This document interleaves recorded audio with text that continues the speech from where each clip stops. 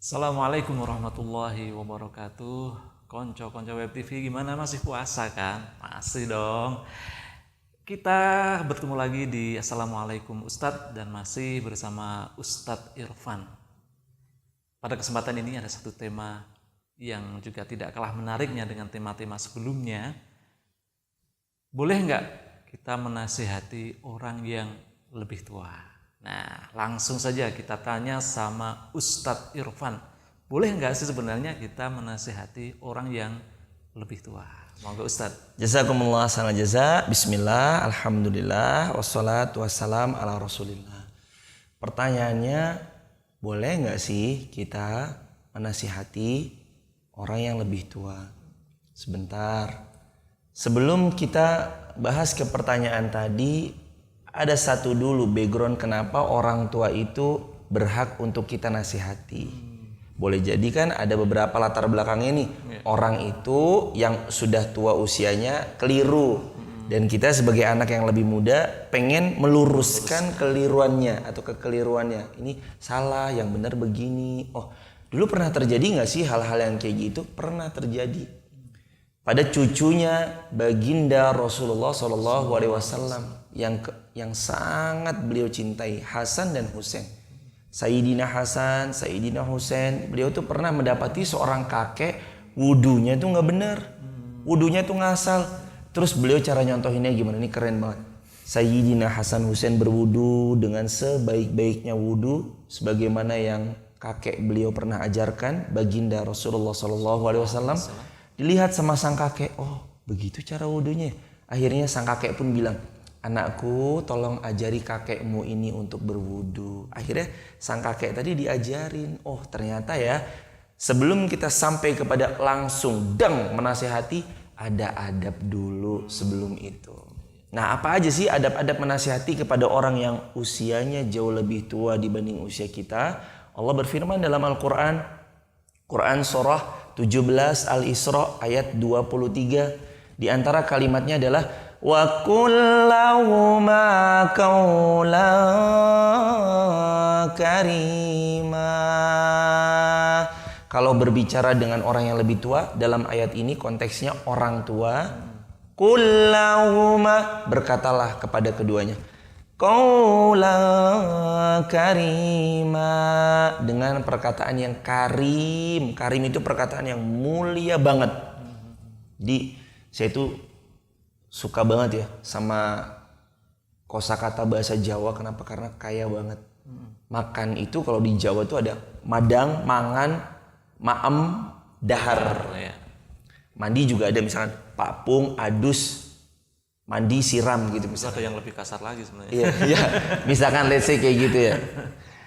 Nah, saat kita ngobrol sama orang tua, saat kita ngobrol sama teman kita, dengan saat kita berbicara kepada orang tua kita atau siapapun yang usianya lebih tua, itu kan beda. Orang Jawa kalau ngomong sama bapaknya nggak mungkin, Pak wes maam rong we, nggak mungkin kayak gitu kan. Pak wes adus rong kue, mak wes adus. Masa bilang sama bapak sama ibunya kayak gitu? Nggak mungkin. Mereka menggunakan kosakata atau tata bahasa yang karimah, mulia. Nah, dalam ayat tersebut kalau digambarkan di dalam bahasa Jawa itu, bapak sampun dahar nopo dereng. Terus ibu sampun siram nopo dereng, kan kayak gitu. Nah, kosakata inilah yang memang harus diambil bagi anak muda yang mau mencoba mengirimkan nasihat pada mereka yang usianya lebih tua. Jadi pilih kosakata yang mulia, yang santun, yang bagus, yang kira-kira beliau tersinggung nggak ya? Kira-kira beliau bagaimana responnya ya? Kayak gitu. Kan adab tuh harus selalu didahulukan. Adab sebelum ilmu, ilmu sebelum amal, kan kayak gitu.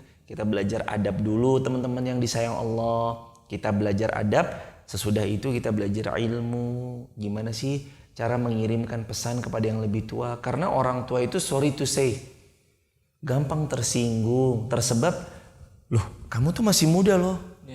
Ya kan kita, maksudnya beliau yang lebih tua kadang kan suka mudah tersinggung, Kalau ada anak muda tiba-tiba mengirimkan nasihat, tapi caranya tuh nggak santun. Oh bisa dikelepak kepalanya. Oh kamu siapa ya? Kowe iki sopo ya? Kowe iki anak kemarin sore kok bau kencur kok udah bisa nasihatin saya. Ini kan karena orang tua itu sudah lama makan asam garam. Usianya sudah panjang, pengalaman yang dilewatkan juga sudah beragam macamnya udah dilewatin.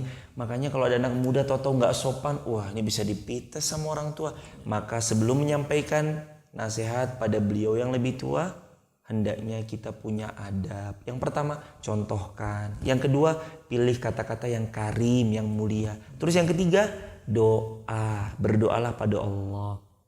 Ya Allah, semoga beliau mudah dalam apa yang kita inginkan. Misalkan katakanlah sama Allah, ya Allah semoga beliau mendapatkan hidayah dalam hal ini gitu.